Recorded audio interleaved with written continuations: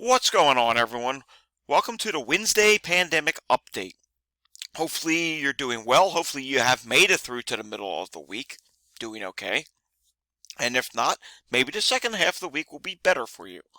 Starting off today with India cases, India records another 10,542 fresh COVID-19 cases. Their positivity is at 4.4%, and unfortunately, their deaths are rising. They're now had, in the last 24 hours, another 38 deaths. Remember, India is one of the bellwether states or bellwether countries that we are going to use to determine if XBB 116 is going to cause more disruptions. Is it more severe? How much is it spreading? But it's not going to tell us the full picture because India has not had a massive COVID surge in a long time, nor are their vaccinations on the same page as ours. We have the bivalent boosters. I'm not 100% certain what India is doing with that. Haven't seen anything on it, but overall, it's concerning to see deaths rising there, and unfortunately, there's not a lot of other countries with a rapid rise in XBB 116 yet, though we are seeing the levels of it rise in the United States. So, unfortunately, we may be walking into this with blindfolds on in terms of just what's going to happen. And there is some data today that suggests that maybe things are starting to change here. We'll get to that in a little bit. Let's get through some of these COVID positives. There's quite a few of them today. Justin Roberts to miss tonight's AEW Dynamite after testing positive. This is in relation to wrestling. He was supposed to be in the ring introductions. Then you have this: 8 girls of Social Welfare Residential School test positive, and this was from the Hindu Bureau. And it's just another one of the many outbreaks that are going on over in India at this time. And continuing on with this, an actress is an Indian actor, Nikaya Irera, tests positive for COVID-19. Then we have a Rocket Punch's Jari test positive for COVID-19. And then we have a J. Ram Thakur, hope I said that correctly, another Indian name, has tested positive for COVID-19. I mean, it just goes on and on. All right, this is actually some good news. CDC Advisory Panel backs changes to COVID vaccination policy. So they are going to improve on the second booster for adults over 65 and immunocompromised people. So that is some good news.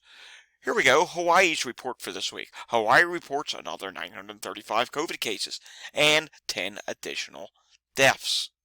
Taking a look here at the CDC on this day in history, look at this. The CDC welcomes my feedback. They don't want my feedback. They wouldn't be happy to see my feedback. First thing I would say is, why did you end some simple pandemic precautions that kept us all safe? Or tried to keep us safe? It's just ridiculous and mind boggles me. Alright, time for today in COVID history. April 19th of 2022. CDC releases data in MMWR showing that of the children ages 5 to 11 years who were hospitalized with COVID-19 during the first few months of the Omicron surge, 3 in 10 had no underlying medical conditions, 9 in 10 were unvaccinated, and 2 in 10 required ICU care. Go back to that first one though. 3 in 10 had no underlying medical conditions. And yet this is of the children between 5 and 11 years old that were hospitalized. Again, remember the narrative? Mild, mild, mild. How come children with no underlying health conditions were hospitalized? That's not mild. Anywho, moving on here to this, The WHO warns that the pandemic is still volatile, and we're just going to read the headline here. I agree with that. And you know what? Let's read a little more, actually. On Tuesday, April 18th, warned the COVID-19 pandemic was still volatile, saying there could be further trouble before the virus settles into a predictable pattern. Well, gee, anytime you have new variants, yeah, it's unpredictable because you don't know if the new variant is going to be more severe than the last. While we do know it's predictable that there is going to be wave after wave after wave each year, it is not predictable how severe each wave is going to be.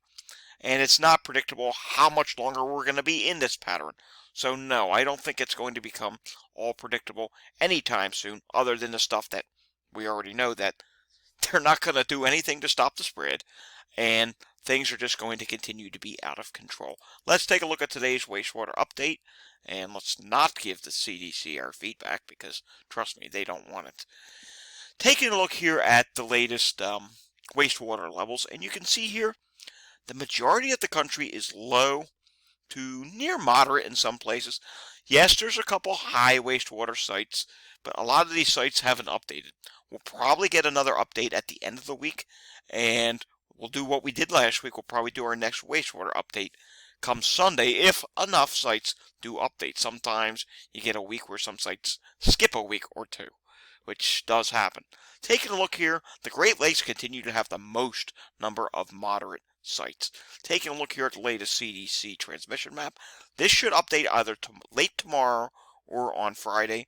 768 counties are in high, 508 counties are in substantial, 1,421 counties are in moderate, which does make up the highest level that we're seeing is moderate here. Low makes up 426 counties. Moving on to the latest variant proportions, and you'll see that XBB.1.5 is dominant at 78%. XBB.1.16 is at 7.2%. XBB.1.91 is at 6.5%. XBB.1.92 is at 2.5%. XBB.1.51 is at 2.4%. FD2 is at 1.7%, and BQ.1.1 is at 1%. All right, taking a look at New Jersey. New Jersey added another 370 cases today, 131 probable cases, 2 lab-confirmed deaths. Hospital reported deaths, just 1 in the last 24 hours. Let's take a look at central Pennsylvania, in particular, Center County, Pennsylvania. Now, Pennsylvania, as a state, is supposed to do its update today. I haven't gotten that yet, and the Pennsylvania dashboard has not updated yet at the time of this video. I hope to show some of that to you tomorrow. Last week it didn't update till like 7 or 8 o'clock at night. Why so late? I have no clue. But Center County, Pennsylvania, where Penn State University is, has 5 COVID hospitalizations at this time. After being lower last week, it's back up to 5. But I mean, that's not a lot, but it's something we're watching. Taking a look here at New York State, you will see something interesting today. 576 new cases in the last 24 hours. But the positivity is back to 2.1%, and the 7-day average is 1.8%. The positivity, remember we had that day that was below 1%, or like Monday, or was it Sunday? I think we're done with that for now. I think New York State is slowly starting to round the curve and unfortunately trend back up. There's more evidence of that. And first off, let's show you the hospitalizations for New York State. Here's New York State hospitalizations, and as you can see here, I'm going to zoom this in even more. Look really close. Yesterday was at 822. Today is at 824. Okay, that's only up by 2. ICUs are at 108, but now I'm going to switch this. Let's go over to hospital admissions. Let's zoom this in even more. Take a look really closely here. You can see, last week on the 10th, they had 261 hospital admissions. Today, or back on the 17th of this week, they had 287 hospital admissions. Get where I'm coming from here? Higher than the previous Monday. And look at the chart here. You can see it's starting to creep up a little bit. Now, a few weeks ago we had this happen, and then it continued to drop again. So it's just something we're watching for now. But the thing to note here is it's not dropping this week, and it is slightly higher than last week. Could it be the first signs of the XBB.1.16 wave? It's possible. Taking a look here at B&O. B&O did not update yesterday, so I cannot show you B&O. I can show you this, though. Texas updated. 1,053 people in hospital in Texas. And let's take a look at their cases. Their cases here, they had 5,769 new cases. 4,475 probable cases, and 61 reported deaths. Their positivity rate is at 8.06%. So you'll notice here, their positivity rate's pretty high, and that's much higher than what we're seeing up north in New York State. All right, taking a look at some international data for today. And not really much to report on here has changed, but there are a few places where we're starting to see the percents of increases get a little bit higher.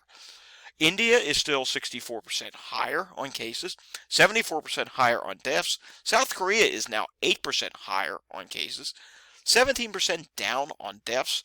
France is now 34% higher on cases. And take a look at deaths here. What's going on with the deaths in France? This is concerning. Matter of fact, I'm just noticing this. 154% increase in deaths. The preceding 7 days had 121 deaths, but the current 7 days is 307. And I know some people don't like when I use the last 7 days, preceding 7 days, but I'm just simply showing here that the amount of deaths that are occurring are rising in this particular case. Then we come down here to Brazil. Yikes. More interesting in data here. Brazil, 27% increase in cases, 58% increase in deaths, and this is not a small amount of deaths. It's 404 deaths versus 255 deaths. So I think we're coming to find here, we're going to need to do an update video on the international variants that are circulating in each country and hospitalizations and all that other business. We're going to need to do a dedicated international video in the coming future. Maybe it'll be tomorrow, maybe it'll be on Saturday, but it's coming relatively soon, within the next few days, because we're seeing some alarming trends here in some of the other countries, and it would be really nice to know if they have the XBB.1.16 variant. If this is the XBB.1.16 variant causing these increases in deaths, then Houston, we have a problem. All right, Germany, cases up 27%. Deaths are up 44%. 618 versus 428. That's concerning. Mexico cases are up 40%. Deaths are up 31%. Then we come down here to Indonesia. Again, concerning. 61% increase in cases in Indonesia. 92% increase in deaths. Poland, 19% increase in cases. 58% increase in deaths. I mean, it goes on here. Here's another one. Malaysia, 13% increase in cases, but their deaths are actually down 50%, so that's pretty good. Then we come down here to Israel. Whoa, 13% increase in cases. Okay. 533% increase in deaths.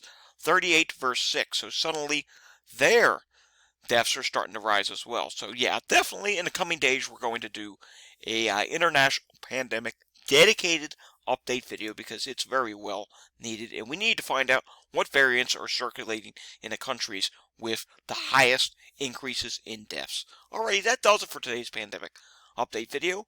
We will have another one again tomorrow. I will see you all again next time. But until I see you again next time, you have to do a couple things for me. Number 1, I want you to test negative. Number 2, I want you to stay safe. Number 3, if you like this video, give it a thumbs up. If you want to see more content like this, or the future international update, which we are definitely going to do, hit that subscribe button down below. I'll see you all again next time. Have a great afternoon, everyone.